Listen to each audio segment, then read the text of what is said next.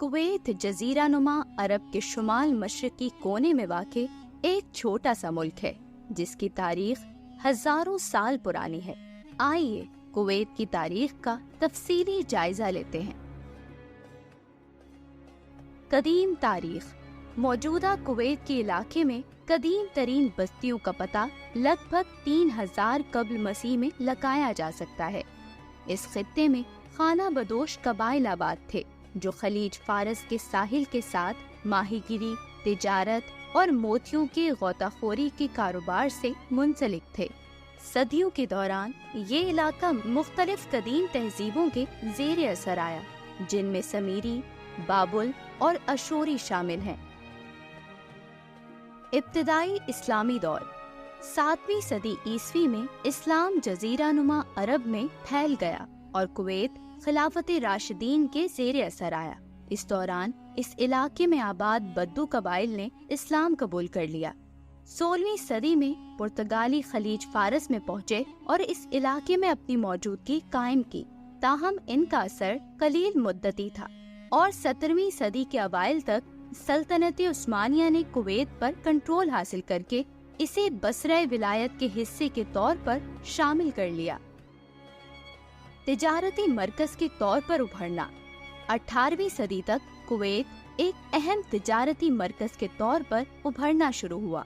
कस्बे का महले वकूअ, इसकी कुदरती बंदरगाह और इसके लोगों की कारोबारी जज्बे ने बरे-सगीर पाक व हिंद, जजीरा नुमा अरब और मशरकी अफ्रीका के दरमियान तिजारत के एक मरकज के तौर पर इसकी तरक्की में अहम किरदार अदा किया। कुवैत की मशीयत बहरी तिजारत, मोती गौताखोरी और जहाज साजी पर परवान चढ़ी। खुद मुख्तारी।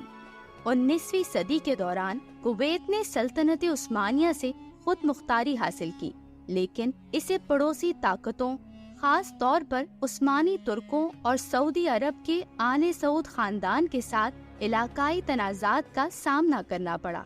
1899 में अकील नामी मुआहदे पर दस्तखत किए गए, जिसमें कुवैत और सऊदी अरब के दरमियान सरहदों की वजाहत की गई थी।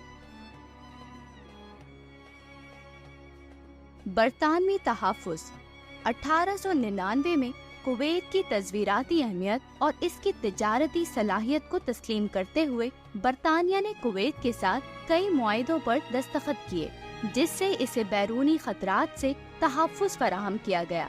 इन मुआहदों में सबसे अहम 1913 का एंग्लो उस्मानी कन्वेंशन था, जिसने कुवैत को एक बरतानवी मुहाफ़िज़ रियासत के तौर पर कायम किया। तेल की दरियाफ्त।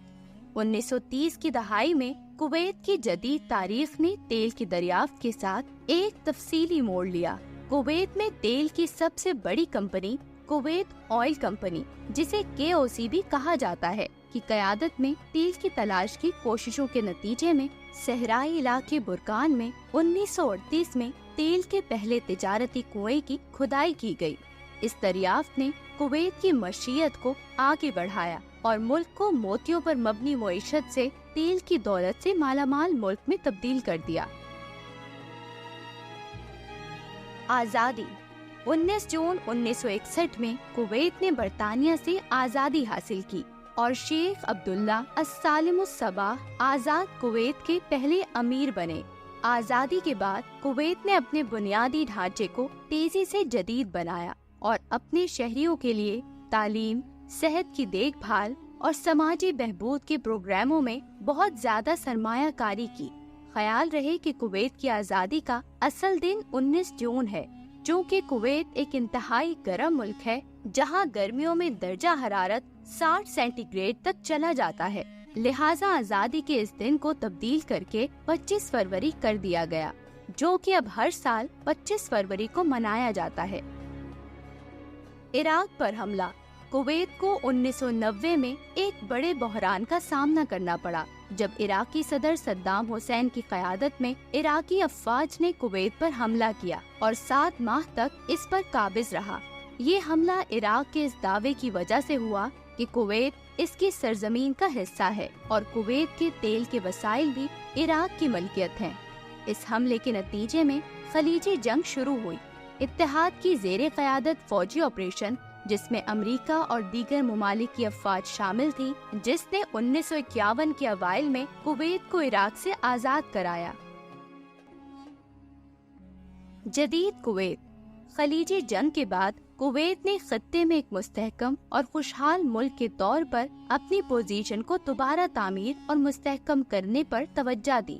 حکمران علیہ الصبح خاندان نے اپنی قیادت برقرار رکھی، جبکہ ملک نے آئینی بادشاہت کے ساتھ پارلیمانی نظام اپنایا۔ آج کویت عالمی تیل کی صنعت میں ایک نمایاں کھلاڑی کے طور پر جانا جاتا ہے، تاہم حکومت، فائنانس، صحت کی دیکھ بھال اور سیاحت جیسے دیگر شعبوں میں سرمایہ کاری کر کے اپنی معیشت کو متنوع بنانے کے لیے بھی کام کر رہی ہے۔ یہ تاریخ ایک مختصر جائزہ ہے جنہوں نے کویت کے ماضی کو تشکیل دیا ہے۔